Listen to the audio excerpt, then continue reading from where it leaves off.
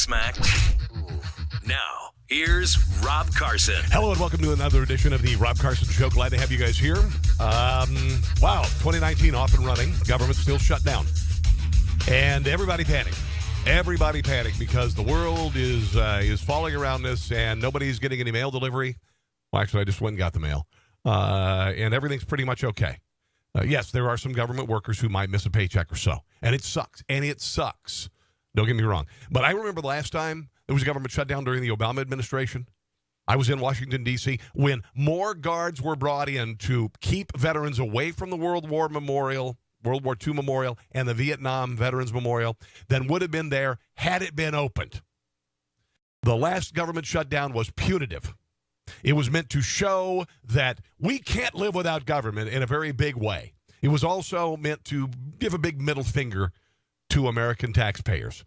Okay, so this one, I don't see any buildings burning. All right, maybe we can live with a little less government. How about that?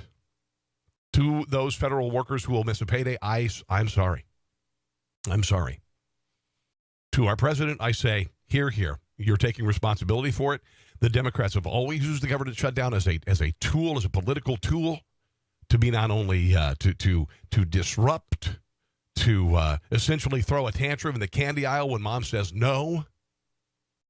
And this is what's happening here. And this president has said, no, I don't think so. I don't think so.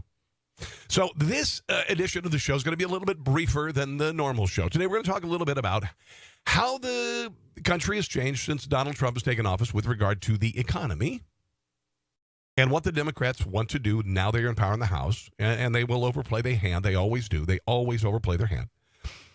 But to show them, essentially, to show you essentially how they want to undo it all. Because they never learn. Because they never learn from history. Alexandria Ocasio-Cortez, she's espousing a 70+% income tax for those people making over whatever amount of money. When asked if Democrats say, what is enough? What is the fair share? I mentioned this on Facebook this morning at Rob Carson Show. What is enough? What is enough? In the hearts of Democrats, in the hearts of the hard left in this country, and they're all Democrats, 100% is enough. In fact, 100% is just 100% is what they want. And then they can take your money and your products and your livelihood and the things that you have created and you have built, and they can redistribute it to others, and you can get a pittance. That's communism. They say it's socialism, but they want communism. Sorry, that's just the way it is. Alexandria Ocasio-Cortez, and I'm just going to call her that. She would be all for that. She has not learned from history. She does not know what socialism and communism wrought in the 20th century. She apparently doesn't realize that it killed 100 million people. They never learn.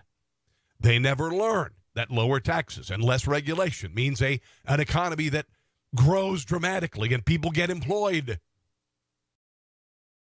Donald Trump has been called a racist and is still being called a racist by the left every single day. His border wall is a tribute to white supremacy. I've got another podcast we've been doing. We'll talk about that next. But Donald Trump is a racist. Well, we just discovered and have discovered the last year, African-American and Hispanic unemployment is the lowest ever recorded. And if Donald Trump is a racist, he's the worst racist in the history of mankind. He's a failed racist. Pardon me. I'm going to get into how the Democrats want to repeat history with regard to tax increases in just a second. But first, see this up here? That's my T-shirt and swag line. You can get all these designs put on everything from laptop covers to coffee mugs. Alexandria Ocasio-Cortez, dim-wit, offering free shit. I'll just say shit. Sometimes war is the answer. Okay, we've got a couple new ones. We've got a new Donald Trump one coming up that says, if you build it, they won't come. Okay, that's on the way. Got a new Elizabeth Warren coming up. Hillary in 20, never. Get all of those and show those around you that socialism sucks. Wear it to the gym. With a wink and a nod. These designs are meant to have a purpose and be kind of funny. All right, so there you go. Check them out, will you? Make that a favorite on your browser. Okay. So, 21% corporate income tax rate is what corporations are paying right now. They want to raise it now. Democrats want to raise it. Last week, we found out that the U.S. economy added 312,000 jobs in December. Over the last 12 months, wages have grown 3.2%, and 2.6 million jobs were created. The U.S. has been named the most competitive economy in the world. Manufacturers just had their most successful year since 1997, and small business optimism is at record highs. Democrats want a 33% corporate tax rate. That's what they want to do. They want to jack it up again, even though the success is staring them right in the face. Even though manufacturing is back. Barack Obama said that manufacturing in the United States was done. We had evolved. We had moved on. We don't make stuff anymore. Well, he was very, very wrong. He was very, very wrong. House Budget Chairman John Yarmuth, a Democrat from Kentucky, said the forthcoming budget blueprint will call for a 33% corporate income tax rate from 21%. They're going to bring it up to 28%, and then they're going to take it to 33%. State corporate taxes average 6% across the country. This planned tax hike would give the U.S. an average top corporate rate of 34% altogether. Okay? They just never learn. Okay? The United Kingdom's corporate income tax, 19%. China, 25%. Canada, 26.8%. Germany, 29.8%. And Ireland, 12.5%. Ireland's economy is rocking. Most of these economies are rocking. Ours is rocking. But the Democrats want to kill it because they don't know how to manage their money. They just want to manage yours. When I mentioned earlier the Democrats, the fair share thing is never settled. It's never, okay, the people's fair share is 32%. And that's it. It's 34%. That's it. That's all. Fair share is never enough. It's never enough. 70%, never enough. It never is. Tell me where the line is. Tell me exactly where the line of fair is. Draw it and make it fair forevermore. They don't want to draw the line because they want to increase it constantly. They always want to move the bar so they can take more. That's what it's all about. That's what it's all about. Congresswoman Alexandria Idiota-Cortez recently proposed a 70% top income tax rate. That would double the current top rate, which is currently at 37%, which is too high. The tax code is steeply progressive, but she does not admit that. Top 20% of income households pay 88.1% of federal income taxes and 69% of total federal taxes. Top 1% of households pay an average income tax rate of 24%, while the middle quintile pays an average income tax of 3%. Top 1% of households pay an average total rate of 33.3%, while the middle quintile pays an average total rate of over 14%. The top 20% of households pay an average rate of about 20%. Blah, blah, blah, blah, blah. You get it. You get a little foggy after a while, don't you? You get a little foggy. But it's never enough. It's never enough. This is an interview from, I think this is CNN. We'll find out in just a second. Julian Castro, of course, used to be, I guess, HUD secretary in the Obama administration. He supports a up to a 90% tax rate for all in order to fund Medicare, which is universal health care, which is Cuba. And oddly enough, this guy has the last name, unashamedly so, Castro. The economy works for everybody. You laid out a lot of programs there. One of the questions you're going to face if you run is how you're going to pay for them. Why don't you use something the newest, youngest member of Congress right now, Alexandria Ocasio-Cortez, said that's going to air on 60 Minutes tonight about how to pay for things. You look at our tax rates back in the 60s, and when you have a progressive tax rate system, your tax... You notice the the lips are a little bit off there. It's like a bad Japanese B movie. I apologize. Focus on the audio. Rate, let's say from $0 to $75,000 may be 10% or 15%, etc.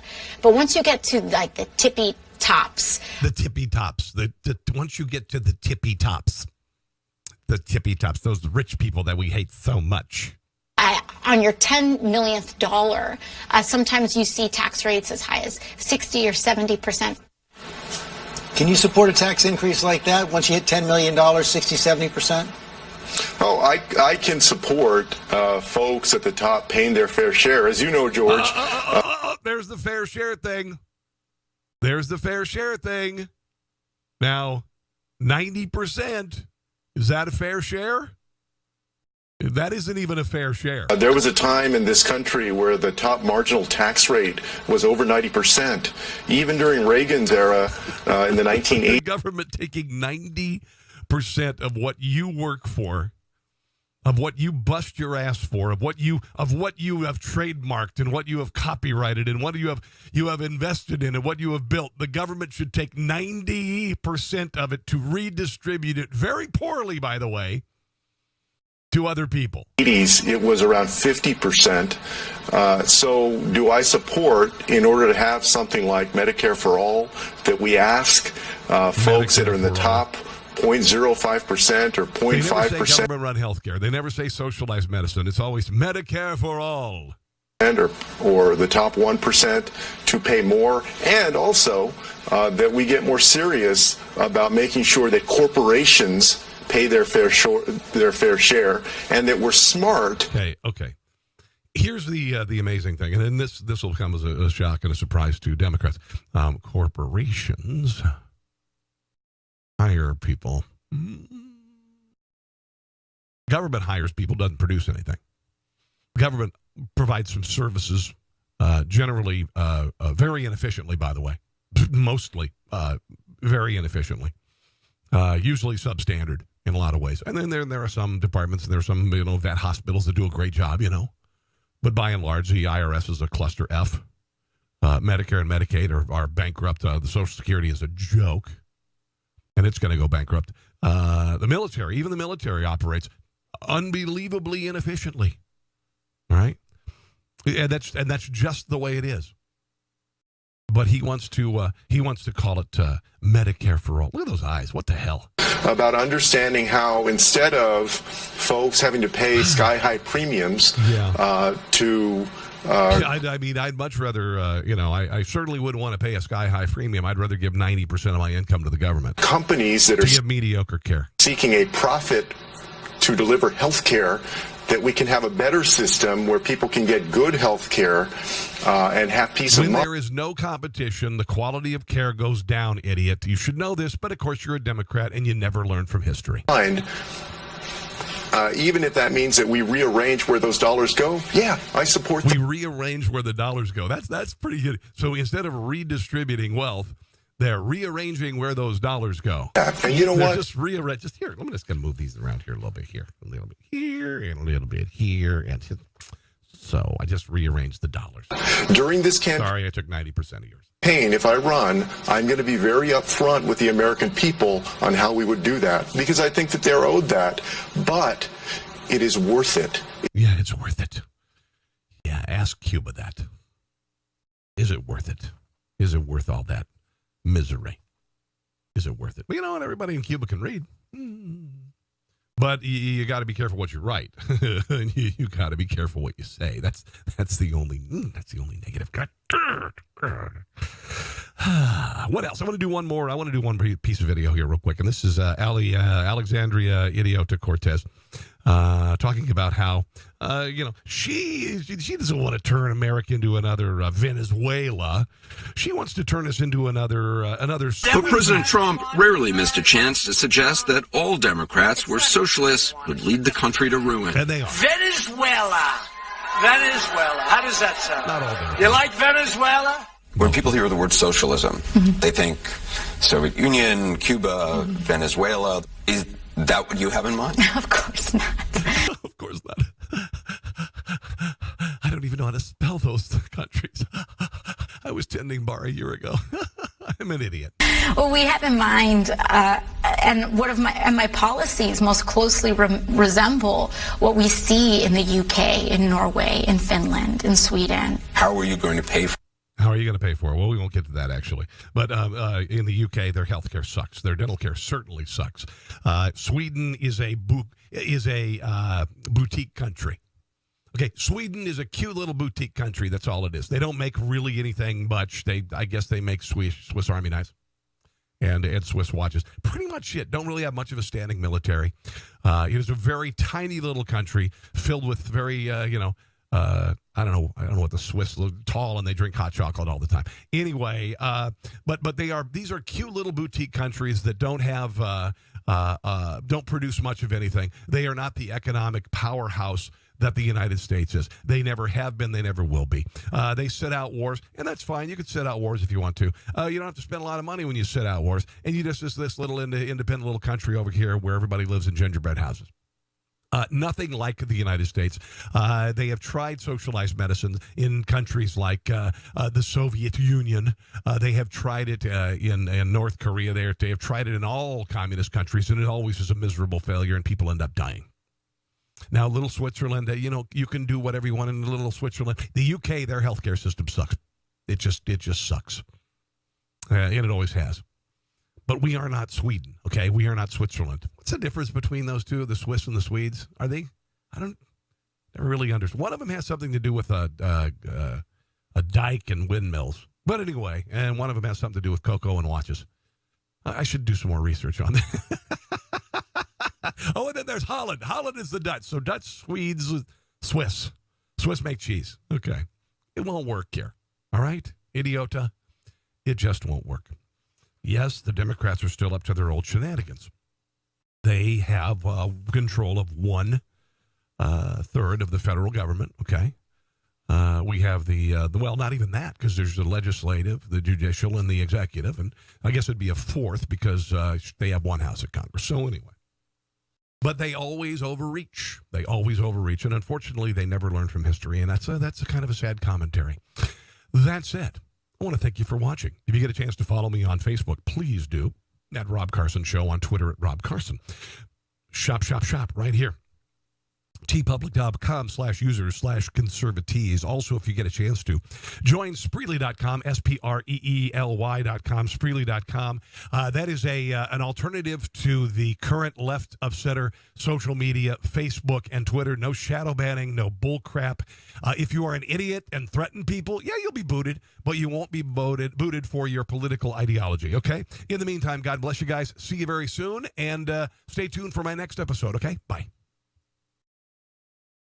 Thanks for listening to The Rob Carson Show. Friend him on Facebook at Carson Show, on Twitter at Rob Carson, and on Instagram, I think Facebook and Twitter are enough for now.